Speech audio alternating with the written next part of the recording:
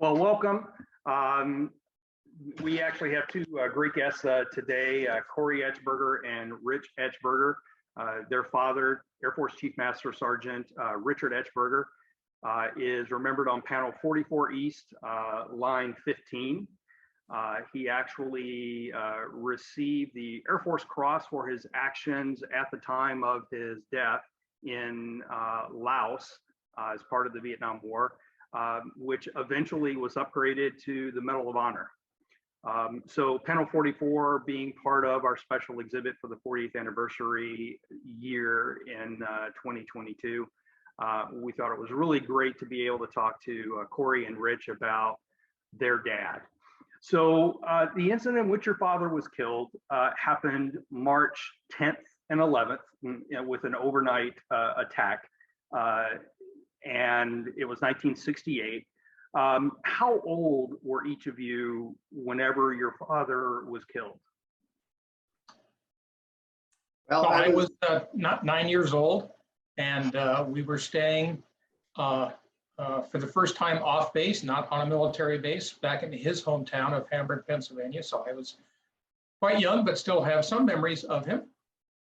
And Rich? Yeah, and I was 10 years old, and kind of the same thing that Cory said. We were, we'd grown up our whole lives living on various Air Force bases around the world, and so which was kind of fun. We were living in Hamburg, Pennsylvania, where his folks were from, and so we got access to our grandparents who spoiled us rotten, and it was a fun place to live. Great. Well, and so March 11th. The incident at Lima Site 85 where your dad was killed. How did you hear about your father's death and kind of what were you told at that time? Rich? Well, we lived in a house that was kind of two houses connected together, and we'd run down through the cellar and go over and visit the neighbors, knock on the door, and we were actually having dinner. And the phone rang. The phone was those old rotary phones, the kind that had their little nook in the wall. And I jumped up, answered the phone as we'd been taught to, just Etchberger residents, how can I help you? And the gentleman on the other end of the line said, could I speak to Mrs. Etchberger, please? And handed the phone to Mom and sat down, and literally 30 seconds later, Mom dropped the phone and fell on the floor crying.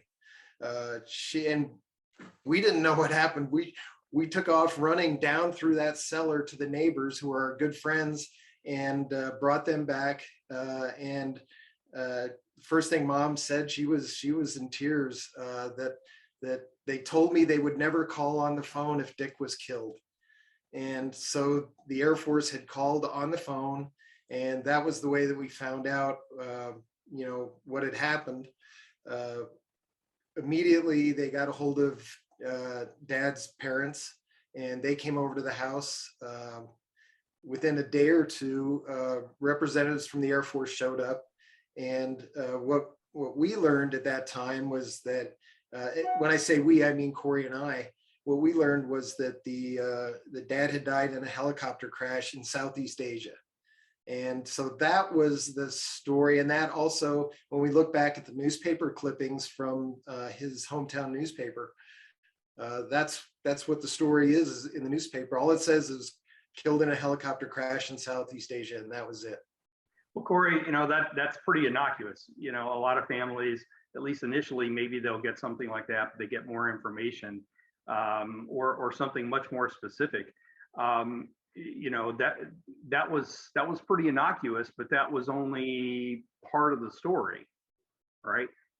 Exactly. And so what arrives, I don't remember exactly the date, but a few days later is, if anybody out there even remembers what a telegram is, we got a telegram saying, sorry for the loss of your husband, dear Mrs. Etchberger, sorry for the loss of your husband, our regrets, blah, blah, blah. And it's signed by, not the Air Force, by the HR director of Lockheed Aircraft Services. And so I'm just going to look strange. Yeah, I'm going to let the cat out of the bag here. The Air Force and our government are trying to cover this up immediately. In other words, the phone call and the visit aren't going to be recorded. So once there's a paper trail, we want to make sure it's not the Air Force contacting mom, but rather Lockheed Aircraft Services. I can talk about why that is in a moment. But she also gets a letter, not from anybody. There's no paper trail whatsoever of anybody contacting her in the Air Force. It all comes through Lockheed.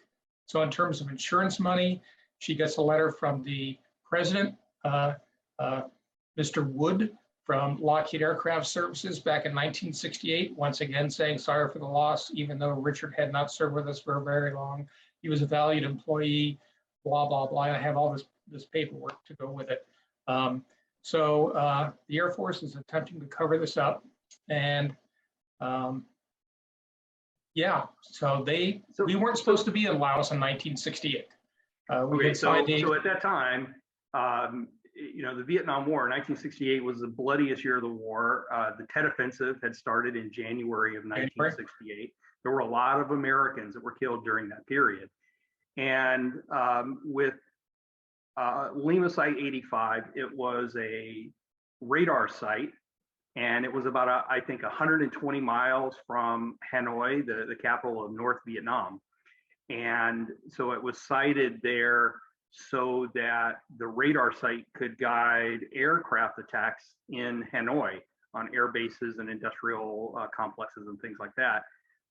But it actually was not a military site because the US was not supposed to have troops in Laos at the time, right? So tell me why it is that your dad, or in this case, your mom, was getting this communication from Lockheed. Well, again, the idea is if there's a paper trail, the Air Force wants to deny that we have anybody in the military, and I guess I could use air quotes for that. So these guys were brought into the headquarters in Ontario, California of Lockheed Aircraft Service. They were supplied Lockheed IDs, and they had to then give up their military IDs. Now, what they did was they would transfer back and forth between Udon, Thailand, and the site in Laos. So when they were on the military base in Udon, Thailand, they wore military uniforms, they had their military IDs, and when they went to Laos, they surrendered their military IDs and they were issued their Lockheed IDs. So if they're caught, captured, or killed, the US government and the Air Force can deny we have any, once again, air quotes, military personnel in Laos. And so, as you said, 1968 was not only a bloody part of the Vietnam War, but also in terms of the general perspective of what was going on in the US in general. President Johnson is having a difficult time managing the war. Because of the Tet Offensive, basically, General Westmoreland was caught, I don't want to say lying, but maybe deceiving the United States people that the war was going well. And so things are, there's, Bobby Kennedy was killed that year, Martin Luther King was killed that year. We've got the race riots in Baltimore. We've got the Chicago Democratic National Convention riot. So things are not going well socially. And the last thing that the government needs is this thing blowing up in their face once the site gets overrun and everybody figuring out that we actually had military people in Laos where we shouldn't have been. So in essence, there was a process where some people were asked to volunteer to technically leave the Air Force, then become employees of Lockheed Aircraft Services, and be hired by the CIA and man and operate this radar site in Laos where we were not supposed to have any military. And then once their time with that operation was done, they would be welcomed back into the Air Force and be Air Force personnel again. Exactly. And the reason that radar site was put there, and I'll just reiterate again, is that President Johnson is having a difficult time with the war. And he thinks that if he can bomb Hanoi, he can bring Ho Chi Minh, then president of North Vietnam, to the peace table. He tried not bombing, he tried a lot of bombing, And then he finally decided what we'll do. I mean, Operation Rolling Thunder was before this, but that was just trying to, bring Ho Chi Minh to the peace table. And so this is a difficult part of the world where obviously it's, dark half the time, monsoon season half the year. And so the kind of airplanes that we have at that time is basically World War II technology. A B-52 opened the bomb bay doors, dropped 500 bombs, and gosh, I hope that hits something. So as you described earlier, this was a radar that could direct the airplanes to the target. And so it's a little intermediate step between World War II technology and what we have today with the smart bombs. We're not guiding the bomb. Back then, we're guiding the plane. And so this was it was immediately effective. Hanoi was feeling this right away. And the North Vietnamese decided they weren't going to stand for that, and they built the Ho Chi Minh Trail in Laos to take this site out. Well, and I want to go back to, March of 1968, when your family got this devastating news. And so for the next year or so, I'm sure your family went through a lot of changes. Can you kind of talk a little bit about what the impact was to your family of losing your dad? Rich? Yeah, I think that's a great question.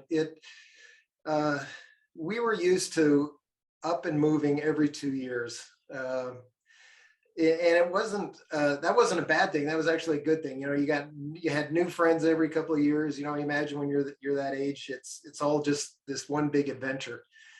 And I think I think my dad was very very cognizant of what the risks were of going on this mission. This wasn't like because we spent time in the Philippines. We spent years in the Philippines, where Dad would disappear for 6 months at a time. He was going on these missions to do whatever he did. And so I think when he thought about this idea of going over there and actually going into Laos, he really wanted us to have some kind of support structure in case something happened. And so that first year after this happened, we have all of Dad's friends. My dad's father, Donald Etchberger, owned a 5 and dime store, like a Woolworths, in Hamburg, Pennsylvania. So, and it's a town of about 5,000 people. So our family knew everybody in that town. Dad was the president of his senior class. All of his buddies lived there. The teachers in the schools were the same teachers that he had when he was growing up. So this support structure kind of automatically kicked in. It was, we had his buddies. I remember this so distinctly. One of the things growing up, when Dad would come home and we'd have a chance in the Philippines or somewhere else, we would go play Little League. He'd be there for that stuff. We'd go fishing for, sunfish out in some little pond in the Philippines.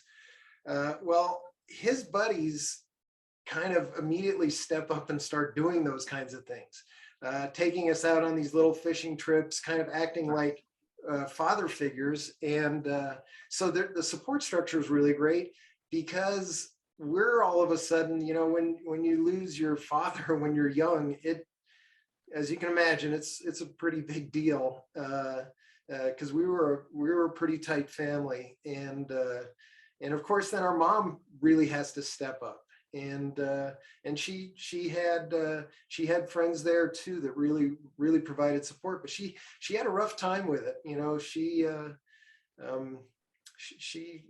was a very difficult time for our family. Well, and so then again, in January 15, 1969, which is a little less than a year later, you all took a trip to the Pentagon. Cory, can you tell me a little bit about that? Yeah, it was pretty secretive. We drove down there, and they put us in a blue panel van with the windows blacked out. And I mean, you know Washington, D.C., that area very well, obviously. Lots of hotels right near there. They drive us 10 miles outside of DC and put us in a hotel there. So the idea is we don't want the Etchberger family talking to anybody. Now, I have to tell you, Rich and I are 9 and 10. There's nothing for us to tell. But of course, we're blabby little kids, so who the heck are they? They got to make sure that we are not near anybody, talking to anybody. And so I'm sure back in '68, there were lots of hotels right near the Pentagon. Well, apparently the closest one they wanted us in was 10 miles away in a panel van that had blacked out windows. They bring us back in. Again, the Pentagon well. We go into the basement of the Pentagon, into the van in there, and we step out and we go up in an elevator and go into a room where there is eventually the Chief of Staff of the Air Force, General John McConnell, the 4-star. Now, this doesn't mean anything to a young kid. Big deal. He's got a bunch of silver on his shoulder. So what? He was there. I mean, the two people that I remember very well are him. And although I didn't know who he was, but he was so incredibly kind and gentle to my mother, was Chief Paul Airy, the first Chief Master Sergeant of the Air Force. He was really an incredibly nice guy. A lot of this stuff I'm sort of relating to you afterwards, but he came over and shook our hands, and my mom just smiled at him. There was something about him that he knew and she knew that there was something going on there. I'm sure it was, he's a chief, Dad was a chief. And so it was a ceremony where our family was there, his mother and father, and Rich and I, and my brother Steve, who is 11 years older than us. So he was actually in the Air Force. He shows up with one stripe on his shoulder, shaking hands with a 4-star. And so they presented Mom with the Air Force Cross. And I don't really know to this day, Jim, whether she understood what a Medal of Honor really was, whether she was disappointed that it should have been that. I honestly don't think she knew anything about that at the time. We have some official pictures from the Pentagon, maybe a half a dozen or so, but there was no press release. There was nothing back in the Hamburg item that the Etchberger family went to the Pentagon. Everything was very hush hush. The doors were closed, and the only people allowed in there were the people who were supposed to be there. So, well, and just to put in perspective, I mean, your dad is killed in Vietnam, and you're told he died in a helicopter crash in Southeast Asia. That's a pretty generic statement. And the next thing you know, your dad is receiving an Air Force Cross from the Chief of Staff of the Air Force. Now, as 9, 10-year-old boys, you may not have really thought something was unusual about that, but obviously looking back on it, all of these things you're recalling, a panel van with no windows and being stationed 10 miles away from the Pentagon and kind of going into the basement, the cloak and dagger. I'm sure you can tell now this was all very, very significant. Do you have a sense, was your mom told anything differently at that point about how he died? I am convinced, and I'm going to tell you this, I hate to do this low tech. If you don't mind me showing you a picture from the Pentagon ceremony. So the answer is, I've given talks at dozens of air bases, and so, Rich and I have. Yokota, Japan, Elmendorf, and all over the entire world, they invite us to come and talk. And they always say that the Air Force always says to me, didn't you think it was kind of weird that your dad received an Air Force Cross for being in a helicopter accident? And I'm going, I'm 9 years old. What do I know? It's, when you're that age, as Rich kind of alluded to earlier, you go where your parents tell you to go, and you do what your parents tell you to do. And so this is a picture of Mom receiving the Air Force Cross from General John McConnell at the Pentagon. And I just want you to sort of notice the look on her face.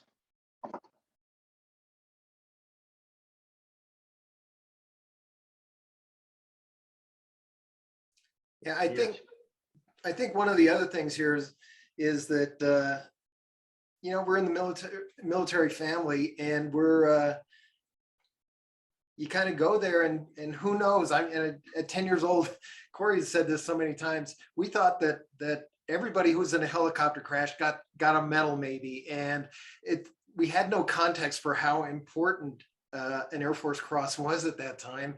And then as time goes by, and I'm not sure if you want me to talk about this now, but I can tell you what happened with that Air Force cross after that.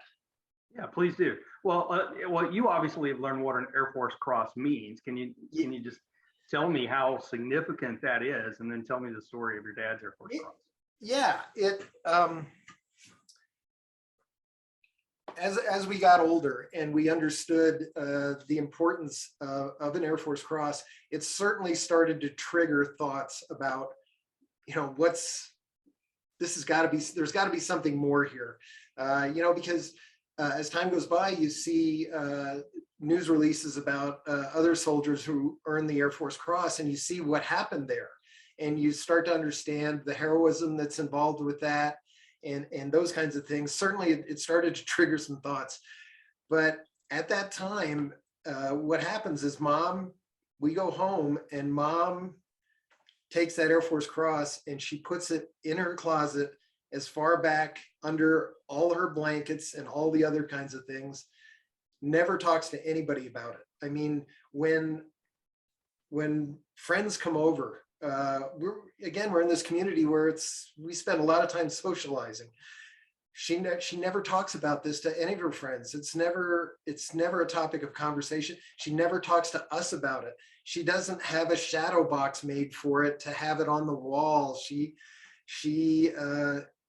It's like that day happened, but we kind of go on being 9 and 10-year-old kids, and certainly now I wish my mom would have lived for another 10 years, because our thoughts now are that the reason that thing went in the back of the closet was because she knew things that she did not want to talk about or could not talk about.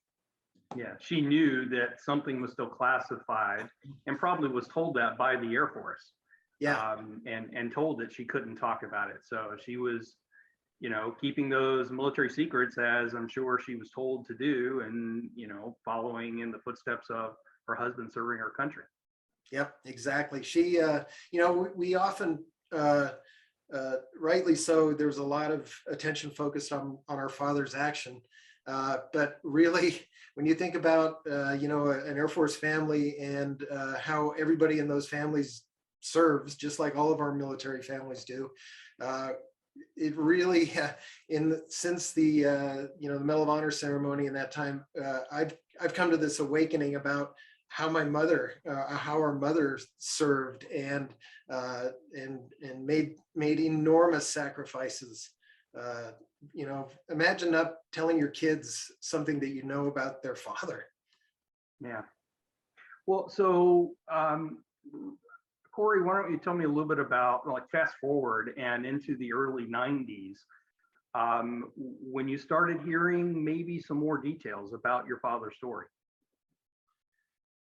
Yeah, so in 1994, Rich gets a phone call from the author of a book called One Day Too Long by Dr. Timothy Castle. And he is a CIA analyst at the time, but he's also an Air Force veteran. And he's been sort of tracking this whole story about Lima Site 85. And I guess a lot of these documents become declassified. He starts to write this fabulous book. The book is not about Dad. In fact, Dad is actually only on 1 or 2 pages, maybe. I mean, he's in there sporadically because it's about how these guys ran this radar installation, how it got started, how it got set up. And Dr. Castle is a great academician, meaning that he has got probably a third of the book is footnotes Citation in the back, which is great. So if you want to check out this source, here you go. And he contacts Rich and he says, "Would you like to know the true story about your dad?" Yeah. Rich, how did that conversation go? Well, let me tell you how I was. My wife and I had just moved to Utah. We were young college professors, and again, this is back pre-cell phone days, and the phone rings, and I pick up the phone, and the gentleman on the other end says, "Hi, I'm Tim Castle. I'm writing this book. And literally he said, would you like to know, the story about your father? And I said, why don't you give me your phone number and I'll call you back? Because I was kind of amazed that I was getting this phone call out of the blue. I called Tim back on the phone, and Tim is a great family friend. He was literally the person that brought all those weird pieces that are orbiting out there together. And literally that my wife actually thought something really bad had happened, because as Tim is talking to me for a couple of hours on the phone, I'm going through a box of Kleenex because the story he's telling me is so emotional, and you can only imagine having all these things orbiting around for, at that time, maybe 30 some years, to have it all hit you in one phone call was really, really emotional. And I'll be forever in Tim's debt for him having written the book and brought all those things together for the Etchberger family. It was an incredible evening, to say the least. Well, and his book and some of the other pieces, as you say, floating around out there, actually become declassified around that time in the mid 90s sometime. And so you start hearing about the story of your dad. What actually happened? What did you find out? What were you able to share with your family about what actually happened with your dad? Well, Tim shared an early draft of the manuscript with me, and at that point, that was where our mom had passed away the year before that, and so that started a lot of phone calling between Cory and myself and our other brother Steve, and just trying to kind of again bring things to an understanding of what exactly what happened over there. And the other thing I think at that time that becomes important to us is we realize there's still some men alive who are with him. And did you ever have contact with them? Did you eventually get in contact with them and hear firsthand from some of them what happened? Cory? Yes. Yeah, I just want to, my mother about every other year would go to Hawaii with her friend Shirley, and it was just a big deal. Every other year we're going to go to Hawaii. And when these guys, there are 3 guys that Dad saved, 12 of them were killed on the mountain. So there are 3 names that are not on that wall, thank God, because of Dad. He saves those 3 guys. When they get back, when these 3 guys get back, the commander of the mission says, you guys can go anywhere in the world you want, get stationed, and none of you are going to be at the same station with each other. So one guy, the captain that Dad saved, decides he wants to go to Hickam in Hawaii. And this is stuff we just figured out. I mean, I have boxes. Dad was a shutterbug. He had 35 millimeter camera. I've got 35 millimeter slides, thousands of them that I've since have scanned. But Mom took them too. And I'm convinced that the reason she went to Hawaii was to be able to talk to this guy, because she knew he was there, and she talked to him. I went on a cross-country road trip when I was a senior in high school with my history teacher, and we stopped and talked after he got back from Hawaii. He was living in Colorado. I went and talked to him, and then the other gentleman, John Daniel, who's the only guy left alive, is the first guy up in the sling that Dad saved. He lives in La Junta, Colorado. We met him many times, and he came to the Medal of Honor ceremony, and he was honored there. And back in the day, before there was Facebook and all the other social media, back then social media was Yahoo discussion boards. So I don't know if you remember that or not, Jim, but I got a hold of a lot of the people that served with him, or maybe not with him directly, but in the same group. So the group he was in was called the Combat Evaluation Group. And basically is, how do we evaluate how well we're doing in dropping bombs? So this group, a lot of gentlemen in that group, we got together. I would go to their reunions, met with them, And so, yes, I've had the pleasure of meeting 2 of the 3 guys that Dad saved, and invited both of them to the Medal of Honor ceremony. And unfortunately, the captain was ill and couldn't make it, but John Daniel was there, and we had a great time with him. And every year, I call John on March 11th.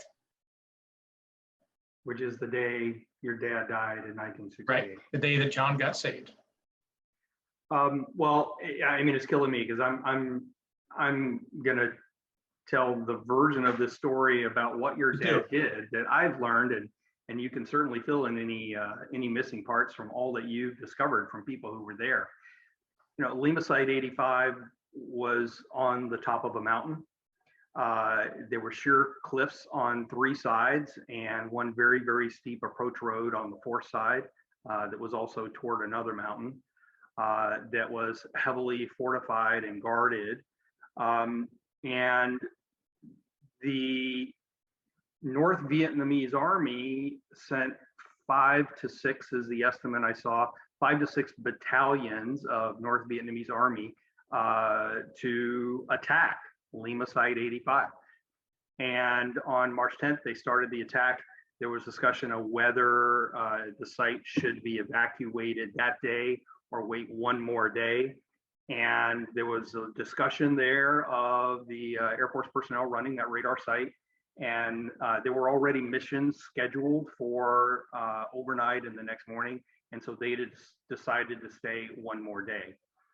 And they thought it was impossible, but there were 3 sapper groups from the North Vietnamese Army that actually made their way and they think scaled the mountain in the middle of the night and attacked. And so they literally were using AK-47s or M16s, something along that line, to defend the site. And it was a tiny little site on this mountaintop. And they were yards away from the enemy all night. And there was artillery that was hitting the site from the North Vietnamese Army that had the mountain surrounded. In the process, several of the people your dad was with were wounded, and he either was not wounded toward daylight or was very minorly wounded. He was in the best shape of all of them. And at first light, when the evacuation helicopters came in to take away any survivors at that point, it was your dad and 3 guys. And he is noted in his Medal of Honor citation for simultaneously fighting off the enemy while providing aid to his wounded comrades. And he insisted that all of those who already were wounded would ride the sling up to an evacuation helicopter before he would. And so these 3 guys are the 3 that were with him that were wounded that he sent up the sling before he himself got into the helicopter. And as the helicopter was getting ready to leave the site, the enemy attacked it with small arms fire. And apparently a round came up through the belly of the helicopter and hit your dad, and he eventually died from those wounds on his way to the next landing site. So, I mean, the requirements for the Medal of Honor are pretty extreme. I mean, you have to knowingly and purposely put your life in jeopardy to save others. And just that simple description, I'm sure, does not come close to encompassing the action that those 4 guys were in the middle of early that morning of March 11th. And your dad is credited for risking his life, fighting off the enemy, providing aid to his comrades, and making sure that they were able to evacuate before himself. Yeah, and that's a great retelling of the story there. I think when I think about that situation and what it was like that night, you know, when you hear other pieces of that, you know, that they were hiding in an area where the enemy was throwing grenades they'd pull the pin and throw a grenade in, and they'd pick it up and throw it back out. And that happens until one of them, they don't get to it in time, and somebody is killed, but the rest of them are shielded. The fact that they're up there, dressed like Lockheed workers, they're not. They don't have flak jackets and helmets and all the other kind of stuff that you would have if you were anticipating being in combat. The fact that they have any kind of weapons at all is kind of amazing, because there were rules about not having weapons up there that I guess some of those rules got stretched. Just a lot of the things that happened there. It was probably an incredible night, and just to get to the point where you've still got, probably hundreds of the enemy out there, and there's a couple of helicopters hovering. CIA helicopters is what they evacuated on, and also, Joe Panza and his big green helicopter was there also. The fact that anybody could have made it out of there is incredible. Mm-hmm. Well, so your dad was part of this program where he was asked to volunteer to technically leave the Air Force, be a civilian hired by Lockheed, and run this radar site that was operated essentially by the CIA. Attacked, he is killed. A little less than a year later, your family goes to the Pentagon to receive an Air Force Cross. At that time, I assume no one in your family knew that he was actually nominated for the Medal of Honor, and his medal had been approved, but it was actually rejected by President Johnson because he didn't want it known that American military people were actually in Laos because they weren't supposed to be there at that time. Yeah, the irony here, of course, is that the North Vietnamese were not dressed in civilian clothing. They were regular Army and DAC Cong, i.e. Special Forces. So, that's kind of a bit of the irony here, is that they were not trying to, convince anybody of anything like that. And the thing that I have always wondered is, why didn't the North Vietnamese make more propaganda hay of this? Why didn't they? Because obviously there's all this military equipment, not guns and stuff, but, I think they actually had to file off the serial numbers off the radar and stuff. But it's clear that that is not a bunch of civilian, the civilians are not running this thing. So who knows exactly why? And that could be one of the reasons, is because they were the one who were, I'm going to say technically, not in compliance with the Geneva Convention that they signed. They actually, they invaded this site with military personnel. And so. And I actually read that it was the largest action by the North Vietnamese army in Laos during the war. I mean, they used the Ho Chi Minh Trail and parts of it went through Laos. So there were a lot of Vietnamese soldiers and Viet Cong and others that were in Laos like these Americans were. But this was the largest military unit action by the North Vietnamese army in Laos during the war, was to take out that radar site because it had been so effective. Yeah, they camped at the base of the mountain for about 2 weeks. And then a group of those sappers that I talked about, the Dak Kong, they actually scaled the cliff. So they didn't, as you said earlier, Jim, that the path was guarded by Hmong and Thai forces. So they did not interact with them at all from that perspective. They decided to use ropes and, crampons and the whole thing or whatever, and scale those cliffs, and they came over the top. And they deactivated the Claymore mines and whatever other barbed wire was there. They didn't have any trouble deactivating those.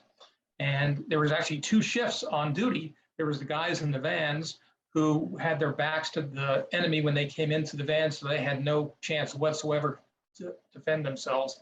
And as Rich alluded to earlier, Dad and his crew, who were off duty, were down over the side of the cliff, and they were able to at least defend themselves a little bit. And as Rich alluded to, it luckily we were able to get at least 3 guys out of there. And just, I'm not sure if the word fortunate is the right word I want to use here, Jim, but there are 12 names from this action that are on that panel 44E, and our family is the only family that is fortunate enough to have a body. The rest of those guys were left up in that mountain. And if you go and look at pictures of that mountain, very karst topography, lots of rocky, because the CVs went up there and blew the top off this mountain so they could make it level for this radar. No place for the North Vietnamese to bury these guys, so they threw them over the cliff. And actually, the site was then bombed extensively after it was evacuated to destroy the radar and any other personal or government equipment there. Correct. So any remains that had to be left behind, they assumed at that time would never be recovered. Right. And one thing that's in Tim Castle's book is that he went and visited and has got some pictures in his book.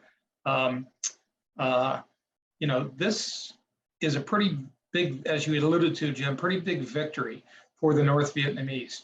And so they take whatever pieces of equipment they can get down off that mountain, and it's in a museum in Hanoi. And they talk about how the site was overrun. And so, that was really, really sophisticated radar equipment at the time.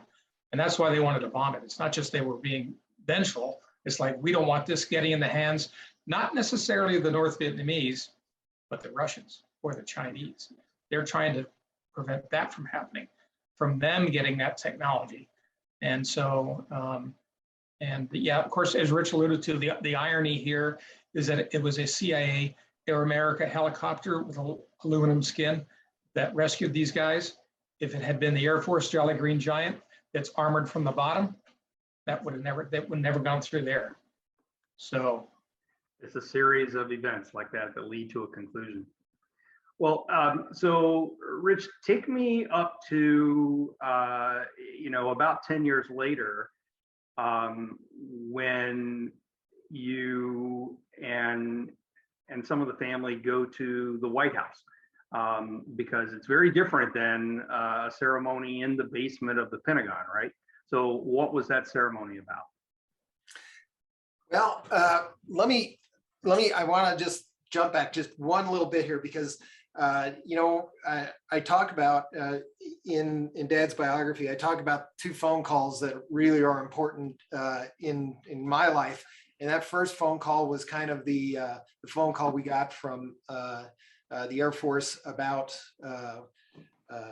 Dad being killed. And the second phone call is actually to Cory. One of the things that we decided early on, we needed a kind of point person for communicating with the family. So Cory kind of took over that duty.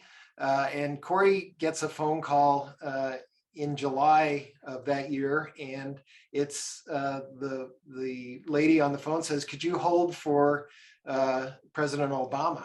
And that's not a call you get every day. No, it's not a call you get every day, and it's also not one where you kind of look at your watch and kind of go, "Well, I got time for this." So it was amazing. President Obama talked to Cory and said, "We'd love to have you come to the White House for the Medal of Honor ceremony honoring your father." And Cory called me. I was on vacation in Colorado at that time. I was up in the mountains. I didn't have a cell phone service, and I came off of out of the mountains, and my phone immediately started pinging with messages. And I thought, why am I getting all these messages? And I look, and it's Cory, and he's saying, "Call me, call me, call me, call me." And so I pull over next to the road and, whip out my phone, and I dial up Cory, and Cory says, "Dude, you're not going to believe it. President Obama called, and they're going to have a Medal of Honor ceremony for Dad." And again, I'm standing out and my wife and my family's in the car with me. I'm out there crying my eyes out next to the road, and they all kind of think that something bad is happening, and when in reality something very very awesome and very honoring has happened. So it was that to me, when I think of those two phone calls, wow, so very different how that can play out.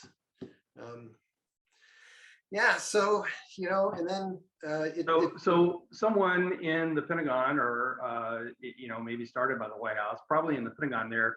yeah, I know during that period in the early 2000s, they were reviewing a lot of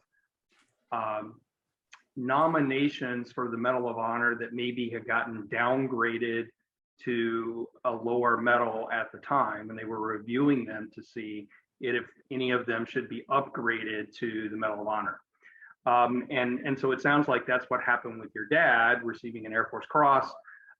His situation, his action was reviewed, and it was decided that they would upgrade the Air Force Cross to the Medal of Honor for your dad. yeah. And Cory, tell the story, because there was you know, an Air Force sergeant who kind of led the charge on that and was very instrumental in that upgrade. Yes, so retired Air Force Sergeant Robert Dilley from North Dakota. He reads Tim Castle's book and he looks at it and kind of goes, this sounds like Medal of Honor material to me, not Air Force Cross. So, you know, North Dakota has one congressperson. And so they do a lot of strip mall visits and that kind of stuff. You know, it's a very, we lived there for 6 years and we visited there. It's a very folksy kind of place where you could just, you know, walk up to your congressman, shake their hand and say, hey, I want to talk to you about my retirement benefits. And their, you know, staff will stand there and listen to you and, you know, respond the next day with a, so anyway, Bob Dilley writes a letter to his congressman, Earl Pomeroy, and he takes it to one of these strip mall visits. And I don't think he gets to talk to Earl directly, but they have, you know, each congressperson has like a Veterans Affairs, you know, liaison or whatever you want to call it. And so he hands them the letter, and I can't remember the gentleman's name, and sort of explains stuff, what's going on. And wouldn't you know, about a week later, I get a letter from Earl Pomeroy. Now, I'm living in Kansas City at the time. And he says, I'd be happy to consider your father for an upgrade of the Medal of Honor from the Air Force Cross, but the request has to come from a family member, not from one of my constituents. So if you'd like for us to consider this, would you please write to my Veterans Affairs person, and we will proceed with the, you know, with seeing what we can do. So I did that, and then the whole ball going down the hill, the snowball going down the hill and getting bigger and bigger begins to get bigger and bigger. Put them in touch with the two of the three survivors. Of course, you need to have at least two eyewitnesses. The commander of the mission is still alive. The sergeant who wrote up the original Medal of Honor citation is still alive. And lo and behold, the guy who was in charge of kind of, after Johnson rejects it, the guy who kind of backtracks and says, okay, let's put this in this file and we'll consider it at a later date. Of course, you know how it is in the Air Force, the military, people retire, 2 years later, they move on to a different base. Well, this is sitting in some file somewhere. And this guy, he's I don't know exactly what the secretary, a colonel who's a secretary, administrative assistant, I don't know what they're called. He goes, yeah, I'm the one who did that. And so he writes a affidavit, gets notarized, sends it to the committee who's considering this. And I actually have the entire upgrade package that the Air Force gave me after the Medal of Honor ceremony. You can see he goes here, he goes there, this person questions this, it's answered by this person, then that person. And the big holdup, I told you earlier that it started in 2006 and went till 2010, obviously. There were two big holdups.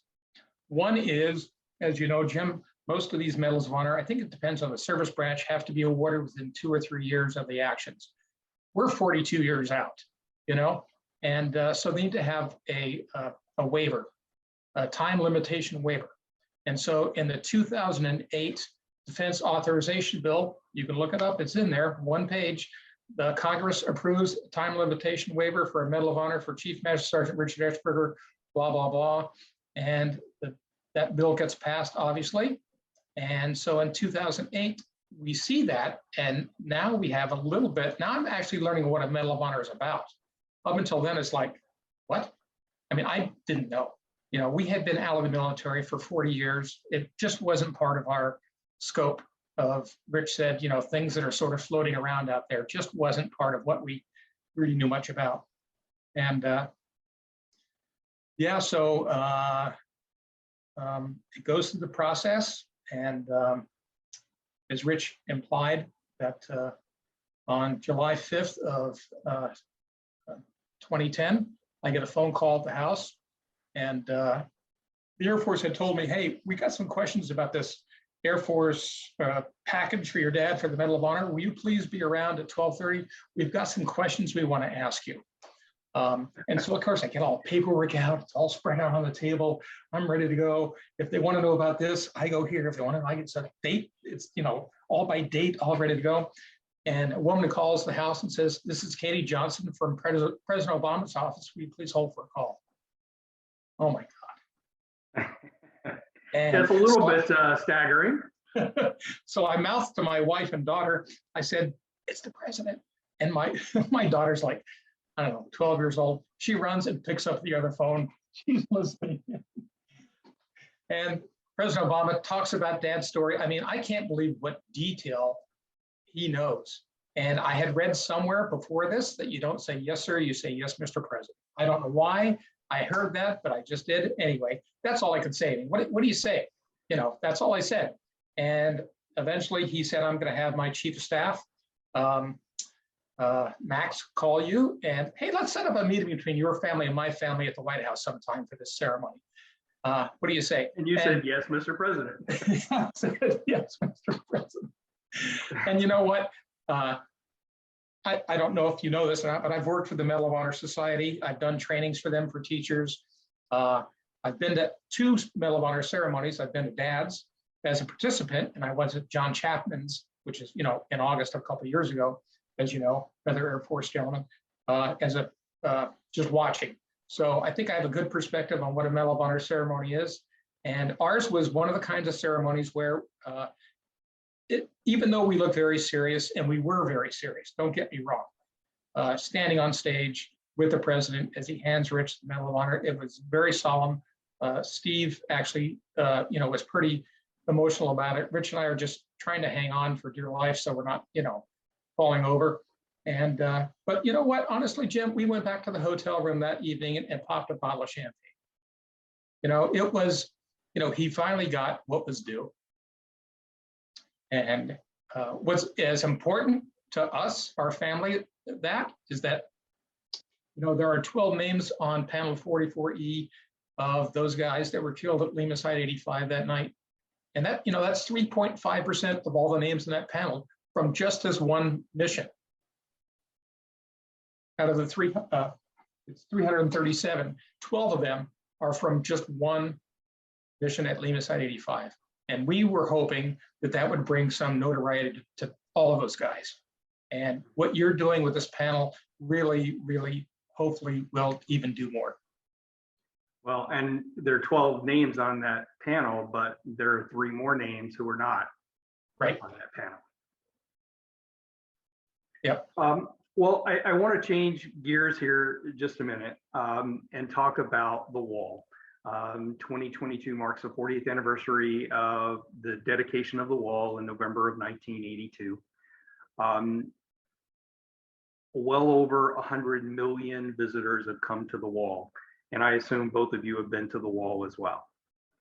Can you each take a couple of minutes, and maybe Rich, if you'll start, just tell me a little bit about your first visit to the wall, what you did, what you were thinking, what the wall means to you and your family as a place where your dad is remembered. Yeah, my first visit to the wall, both myself and my wife have business in Washington occasionally. And when I first went there, I was really wanting to see my dad's name, you know, and kind of because when you're coming up on the wall, you can't really see the wall, and then all of a sudden you start to see it, and it kind of reveals itself. And I had heard about all the stuff that gets left at the wall, and I kind of came over, and I'm walking along, and I was overwhelmed, because when you start, at the corners, there's some names, and then there's more names, and there's more names, and there's more names, and it builds. And I had to kind of stop before I got down to my dad's name to find it. And I had my little tracing, my little piece of paper, so I could, get his name. And it took me a while to get over to his name.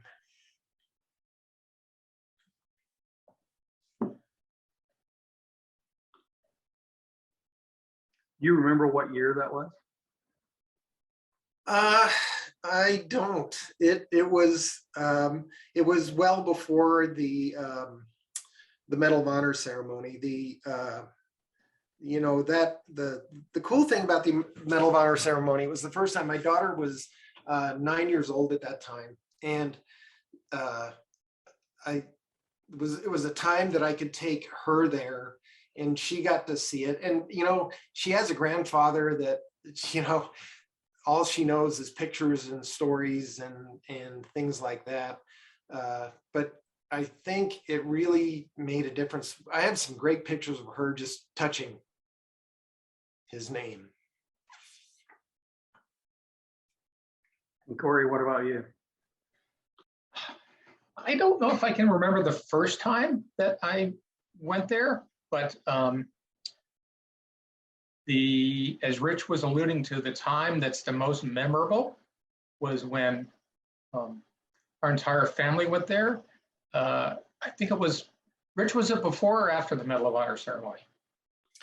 It was before, Cory. I thought so, because the Air Force took us around DC on a tour the day before. The ceremony was on a Tuesday, and they gave us a tour of DC, World War II Memorial, Korea Memorial, obviously the Vietnam Memorial, and that was really tough. That was very tough for us. But since then, and we left something, I don't remember exactly what we left, probably Dad's challenge coin.